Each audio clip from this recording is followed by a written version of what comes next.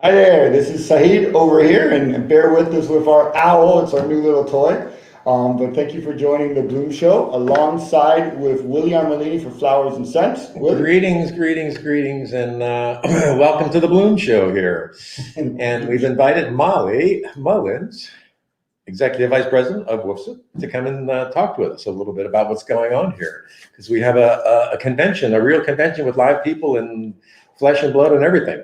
It's amazing. Good morning to both of you. Thanks so much for having me. Thank you for joining us, Molly. Thank you so much for your time. And I know you're super busy, so thank you for the 20 minutes you're spending with us today. My pleasure. That's great.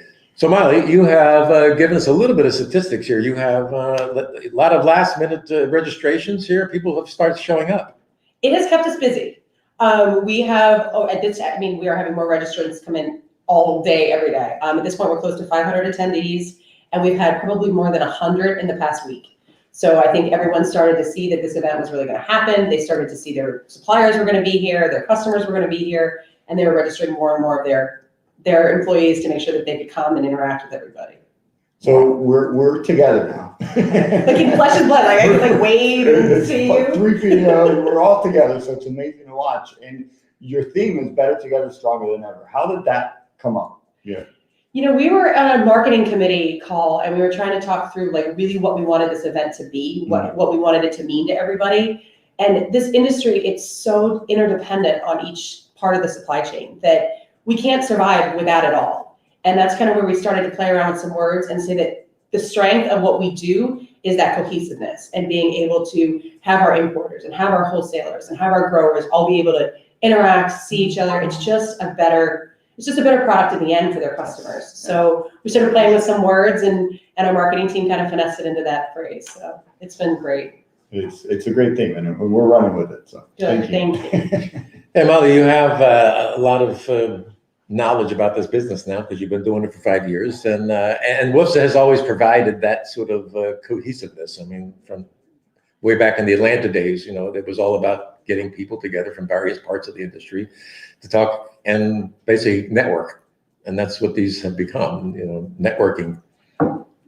Yeah, we really deliberately designed this program to encourage that. So, we didn't throw out a ton of educational sessions or breakouts or scheduled time because quite frankly, we want people to go out to those tables and do business meetings. We have a bunch of company meetings scheduled for wholesalers to meet with their suppliers individually. We wanted to do networking receptions so that everyone could have that chance to just talk and connect and all of that. So it was really on purpose that we knew that that was the focus. And then the education that we're offering, we're trying to tailor it specifically to what people need right now.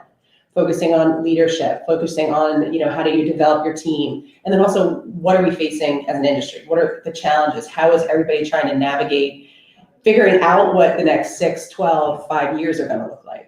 So it was pretty deliberate in making the program what it is right now. And it's a 3-day, full pack 3 days. It's a busy 3 days. Most has always been, like, when you leave here, you're going like, oh my God, that was forever. But we need to do that because people are busy. And the best part about this business right now is everybody's super busy and you can only devote so much time. So we want to be mindful of that so that people can go back to their offices, their farms, and continue to keep the industry moving forward. What's interesting about what I've seen so far is in our COVID world here, the people wearing masks are pretty much Colombian Ecuadorians because that's in their country, they're still wearing masks there. And, here in Florida, just Friday, they dropped the mandatory mask regulation. And so it's been, for all of us in life here, it's been a little bit weird trying to, mask or not mask talk. Yeah. Do you touch? Don't, so this has been sort of refreshing to be out of the box here. We've tried we want to be mindful of people's preferences. When we plan an event, we follow the regulations in that particular locale where we're hosting it. But, we certainly understand that people can feel more comfortable in a mask, or there's a few people that I haven't hugged that I normally would have, just you can tell when you approach them.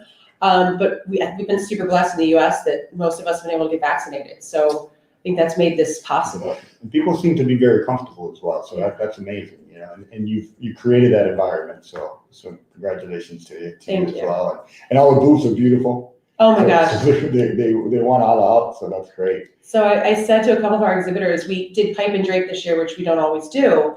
And we did it for COVID to kind of like separate people a little bit, give them some spacing.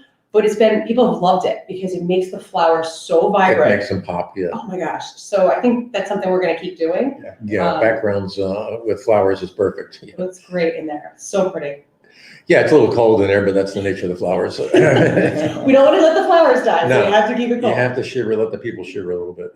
Grab this sweater and then head in. Yeah. Yeah, well, as veterans of many a convention, you layer up a little bit because because these you have to keep them cold. Yep. All right. So we have a lot of people. We've got flowers, lots of flowers. We've got growers, we got importers, we got wholesalers, and how many wholesalers you think are here? I think we have close to 200 wholesalers. 200 wholesalers. We have 84 tabletops secured, which is great, including 10 in the past week. So it was a lot of flurry. A lot of people were trying to get permission to be able to travel and exhibit, and and eventually, finally, we're able to achieve that. So we wanted to be as accommodating as possible and take everybody up to the very last minute. So this wasn't the year to be restrictive. This was the year to let people get together and be as flexible as we could for the industry. So it's been great to hear some of the conversations in the exhibit hall. People talking to logistics and everything that everybody's facing, and how to get different types of products that are just, quite frankly, not available, and how do you deal with that with your customers and things like that. So we had a board meeting yesterday, and just listening to all of these competitors share their challenges and how they're changing their businesses, it was awesome. And people left there with pages of notes and new ideas, and that's what we're here to do. I'm going to guess at the end of this 3 days that logistics is going to be probably on the top of the list of conversations, because it's an industry where we've relied on airplanes to be very reliable and bringing flowers from South America, and that's becoming very difficult because of all the challenges and basically the lack of aircraft, because everybody's hauling PPE and whatever stuff. And that's when I was talking about education, that's one of our main focal points for this year's program, is to talk about logistics and really let our attendees kind of ask questions of each other and interact with each other, and really see what's happening in logistics and trucking and all of it, and how that pertains to their business, and then what are they doing to help augment these challenges. So we're going to do that later today, which hopefully will be super fun. Fantastic. And the format's pretty cool as well. Yeah, so that people will be able to text their answers in, so we can kind of see and aggregate that information. And then we have a mic that we're going to throw throughout the room that we want their live comments. We want to hear their success, their pain, their struggles, and we can all share that collectively. We didn't want to just have a panel or a speaker. We want to hear from everyone that's here. That's great. So I see that you're using technology for one, so that's amazing. And you're also including everybody. How can people get more involved in WFFSA and in the organization that are just listening and are not a part of it, or don't know if they qualify, for example? Oh, I would love it. They can send me an email at any point. If you visit WFFSA.org, you can find any of us. Our board and committees are super engaged. We're always looking for new individuals to come up through the ranks. I had a couple people sit in on committee meetings this year just because they wanted to kind of hear what was going on and what we're doing. And it's a lot. We're kind of in our meetings, we're kind of say we're past the recovery, for trying to figure out if we survive, right? It's now, what do we do next? How do we move our programs forward? What do our new events look like? What are the other opportunities we can provide? So we'd love feedback for all of that. That's great. That's great. Well, in conclusion, perhaps that this is a great time to have a good organization. When COVID happened, you need good organizations. Asuka Flores did a good job in South America. WFFSA has done a good job here communicating, SAF and all these different people, organizations.